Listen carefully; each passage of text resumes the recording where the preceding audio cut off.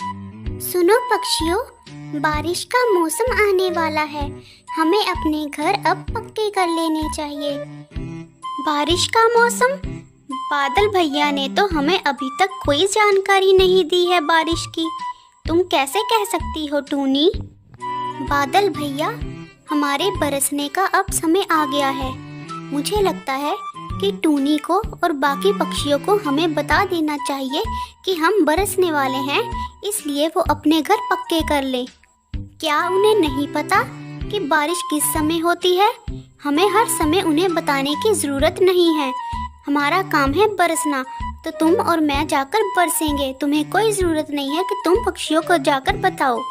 नहीं बादल भैया, मैं हर साल जाकर टूनी को इस बारे में बताता हूँ, और इस बार भी जाकर मैं टूनी को होने वाली बारिश के बारे में आगाह करूँगा।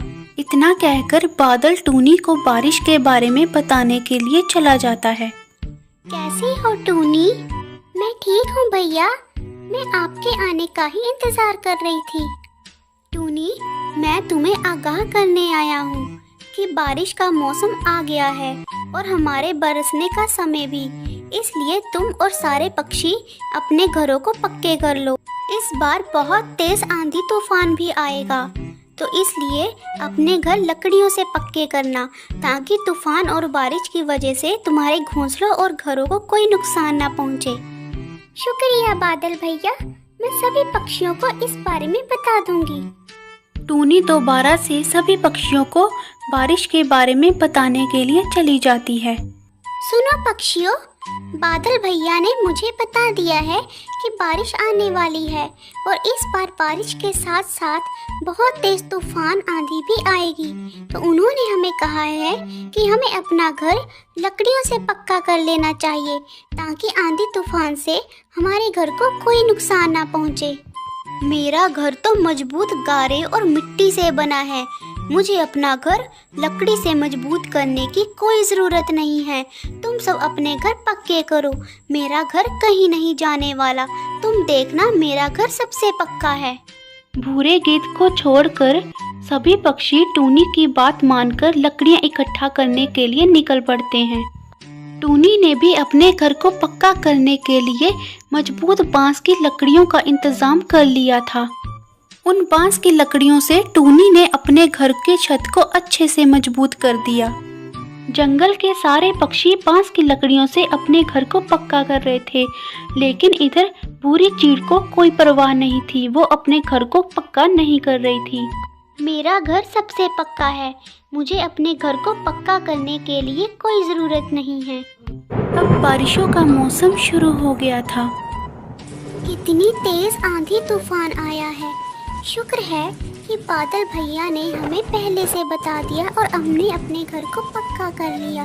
नहीं तो इस आंधी तूफान में तो हमारे घर गिर जाते।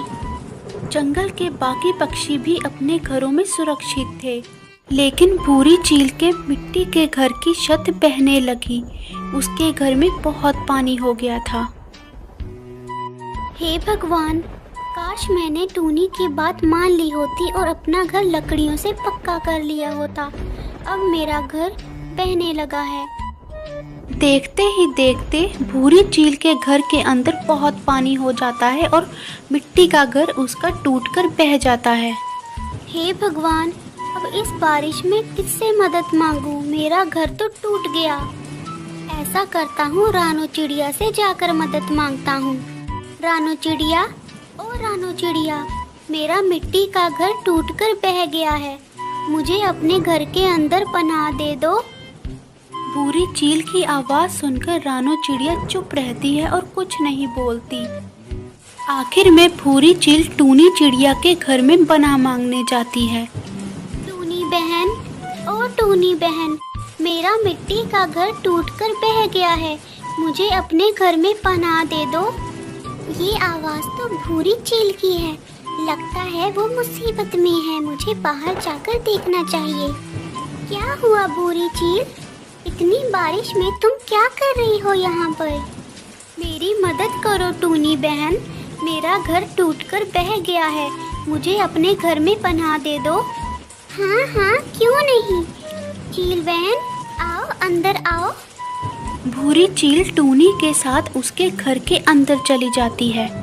मुझे पहले से पता था चील बहन कि तुम्हारा मिट्टी का घर इस तेज आंधी तूफान में नहीं टिकेगा।